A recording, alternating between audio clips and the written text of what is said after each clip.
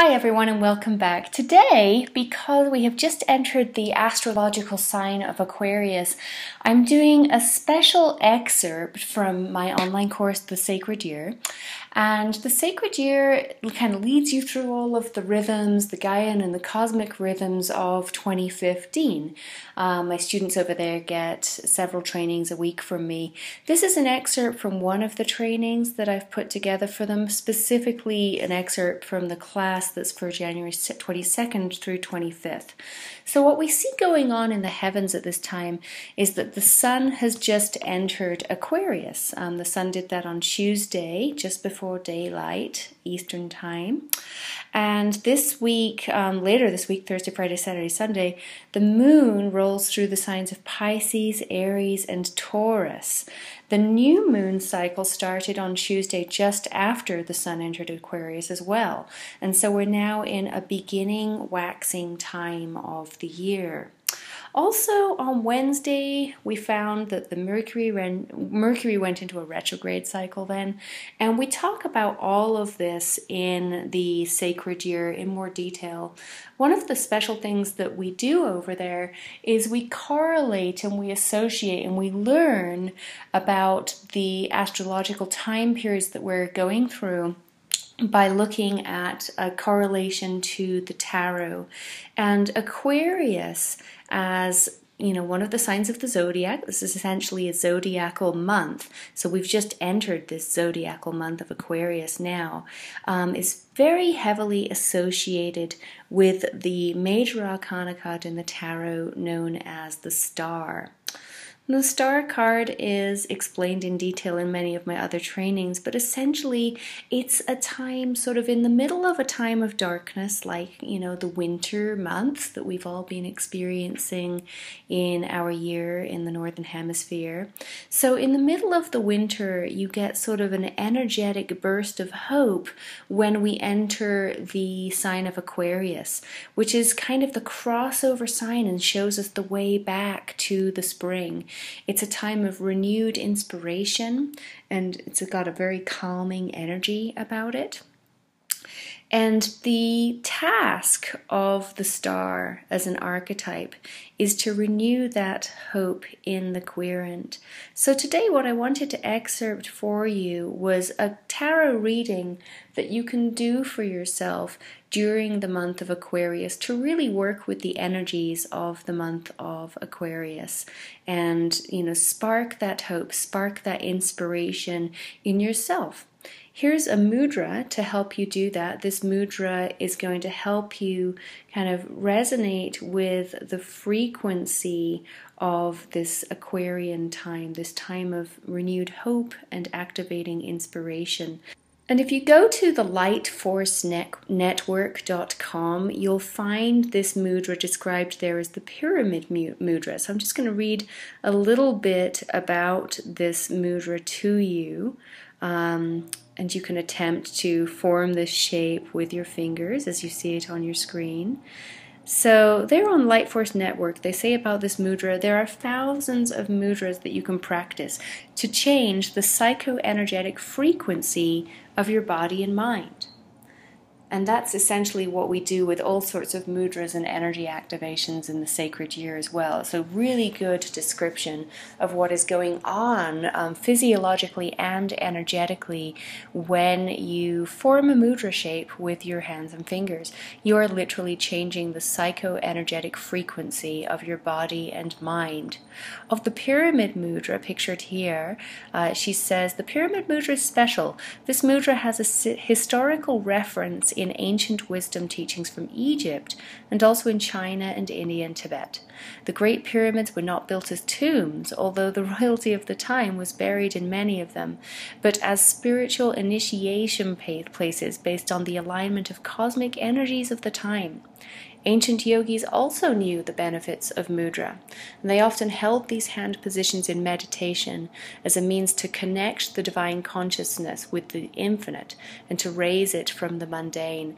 And I find that activating a mudra right before bringing in an intuitive reading is a wonderful way to just connect to that divine consciousness that we're hoping in some way when we do intuitive readings to harness. This is a wonderful one to practice at the time of Aquarius in the year, because it activates and connects to that divine consciousness with the infinite. And that is exactly the task at hand for us during the month of Aquarius. And that is the lesson that the corresponding tarot card of the star has to teach us. And so that pyramid shape is not here by coincidence, right? Claire de Lune on the Light Force Network goes on to say, you may have noticed that the shape of the mudra looks like a pyramid and a heart, with the curvature of the lower fingers naturally lending itself to the universally known symbol of compassion. The middle finger is also connected to the heart chakra, or anahata energy. When the two middle fingers touch, they allow a greater sense of expansion and connection to love. Ancient Tibetan Buddhist practices utilize the pyramid mudra along with essential oils as a means to practice spiritual alchemy, a means to purify the sheaths of the body, or the koshas, according to Vedic yoga teaching. From a Taoist point of view, specifically the Cantong Chi, the body can be understood to be learning the 5 agents, or wuxing. As the practitioner becomes more familiar with wuxing, which are the same essentially as the koshas in the Vedic view of the body in the Vedic yoga teachings, then they become more in alignment with the Tao. This is spiritual alchemy. This is also the lesson that the card of the star has for us. So in the ancient teachings of India, here on Claire de Lune's article, it says the body must be purified in a practice known as socha in order to experience liberation from all that is not Tao, or the imagined sense that we are separate from the divine. And we see that here in the star card as well. We see the body being purified by the woman descending into the water for that purification purpose. So in order to utilize the pyramid mudra effectively, to engage spiritual alchemy and cleanse the koshas, or wuxing, we must sit with the breath while holding this mudra either overhead or at the heart center. It acts as a quickening agent for the alchemical process when joined with the breath, since the breath is the closest thing we know, at least while in our physical bodies, to infinity. So keeping this mudra shape now, we're going to return to our, you can bring your gaze back to the slides in front of you if you've had your gaze anywhere else. And if you have a deck of tarot cards handy, you can get them out at this point, or you can get out a journal if you don't have a deck of tarot cards that you'd like to work with, or a deck of oracle cards will work well too, or a journal. And what I'm going to show you now is a tarot card reading that I have put together for the month of Aquarius.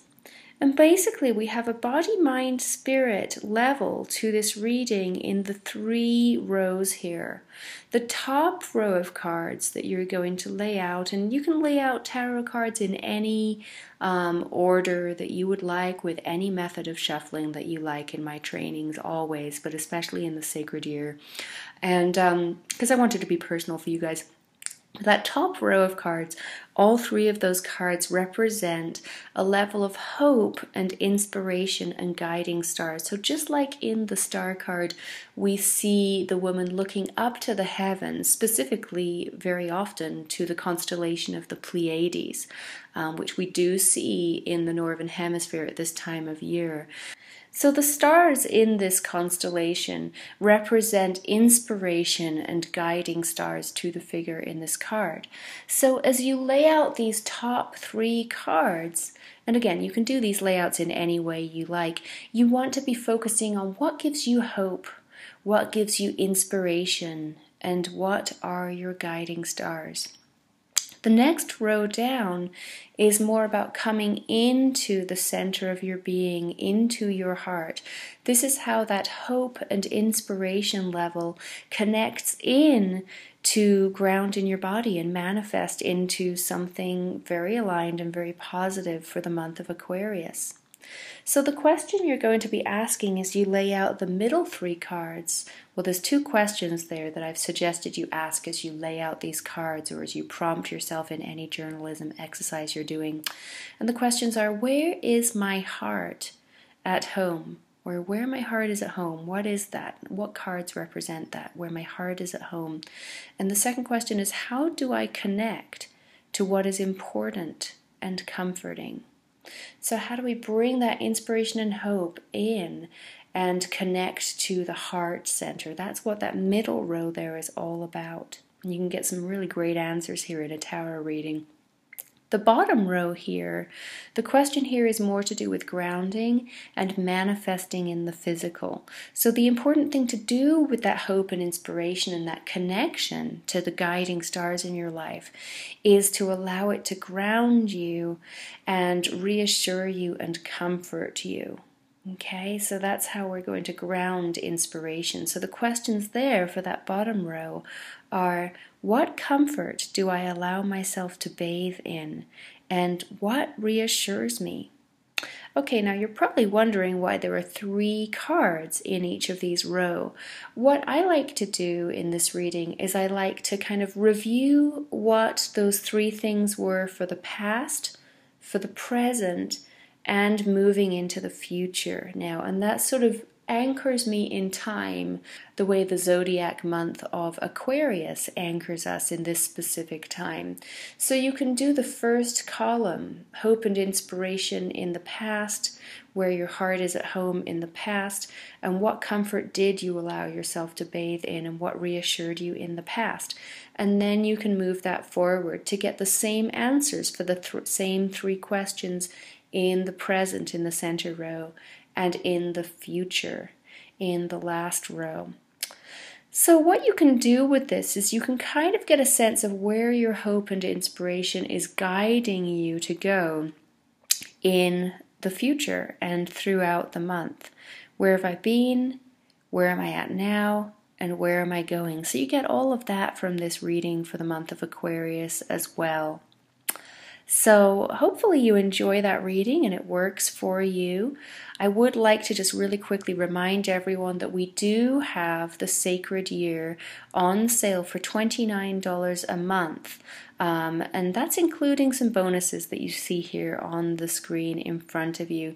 The Sacred Year, we add about 8 different sections of workshop to every week. This would be an example of one of those 8 weekly sessions that the students generally see from us.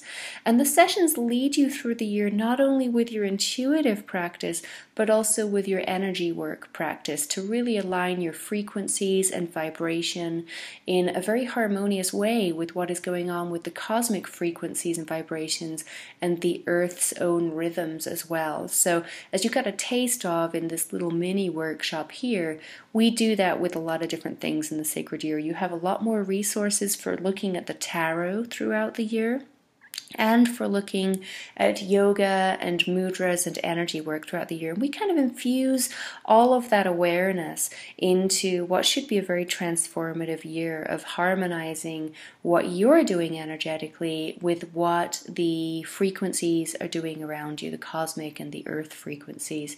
So it can be a very transformative year to go through with us. You'll get yoga and tarot workshops and energy workshops and intuitive alignment every week in many different ways. And every month you're probably looking at you're going to have probably about 20 to 25 hours of workshops in this first month, and you don't want to go through all of them in this month. But because we're adding to this workshop as we roll through the cosmic year and the rhythms of the earth, as we roll through the year, we're going to be adding so much to it that it does make just a lot of sense to build this on a monthly basis. I'm also giving some bonuses for the Almanac of the Spirit conference and for some tarot courses and intuition and energy work courses that I have that I know would be a tremendous benefit for you if you wanted to come on as a Sacred Year participant. So when you sign up, you're actually going to receive, well, we're going to get you on the roster and show you how to do this before the Almanac of the Spirit conference happens this fall. That's a conference at the end of October in Phoenix, Arizona. We'll have a lot more information on that conference coming for you soon, and you are getting 2 tickets reserved for you at that conference, tickets worth $450 that you'll see going on sale for $450 a piece later on in the series. They're yours, set aside and reserved for you if you come on board as a $29 a month student with us today. And you're also going to receive my full Tarot for Beginners course, which I currently have up at virtualtarotschool.com for $97, I believe. And that course is also going to be instant access for you when you sign up for the Sacred Year today. So your money down is $29 a month, and so it will be $29 billed today and then $29 billed 30 days from now, and so on and so forth. In 30 days' time, when you've done your first month of membership with the Sacred Year series, I will also then email you a full course that we've put together linking intuition and energy work through the chakras, and it's a deep dive exploration of that link. My hope is there you'll be familiarized enough with the Sacred Year as a series, and perhaps even with Tarot for Beginners somewhat, that the chakra intuition system will be something you're ready for in month 2. And so every month afterwards, by the way, I'm also going to send you a bonus course like these 2 first bonus courses here. These are the 2 that I'm starting you off with. We are raising the price of the Sacred Year to $47 a month after Sunday, and we do have 50 spots available in that course for you, so I'd love you to sign up. There's a link right under this video for you to sign up for the Sacred Year. $29 billed monthly is all you're paying, and right now you get about $1,000 of bonuses just as my thank you for signing up. And you'll receive many workshop parts over the course of every week in this course to guide you through what is happening in the heavens and relate that to your tarot practice and relate that also to your yoga and energy work practice to become fully in harmony vibrationally with the world around you, with the universe around you. When you do this practice, everything becomes easier, because rather than fighting against cosmic energies or earth rhythm energies that may be, making everything a little more difficult in your life than it needs to be, what happens when you fully align yourself here is everything becomes easy, because you are in flow and in harmony with the cycles around you rather than fighting against them. So I love doing this series. I've had a lot of fun starting it off with some initial students this month, and I'd love you to join us before the price raises there. We do have about 50 spots still available on this course. Thanks so much for tuning in today. I hope you enjoyed the Yoga for Aquarius reading, and I'll see you again really soon.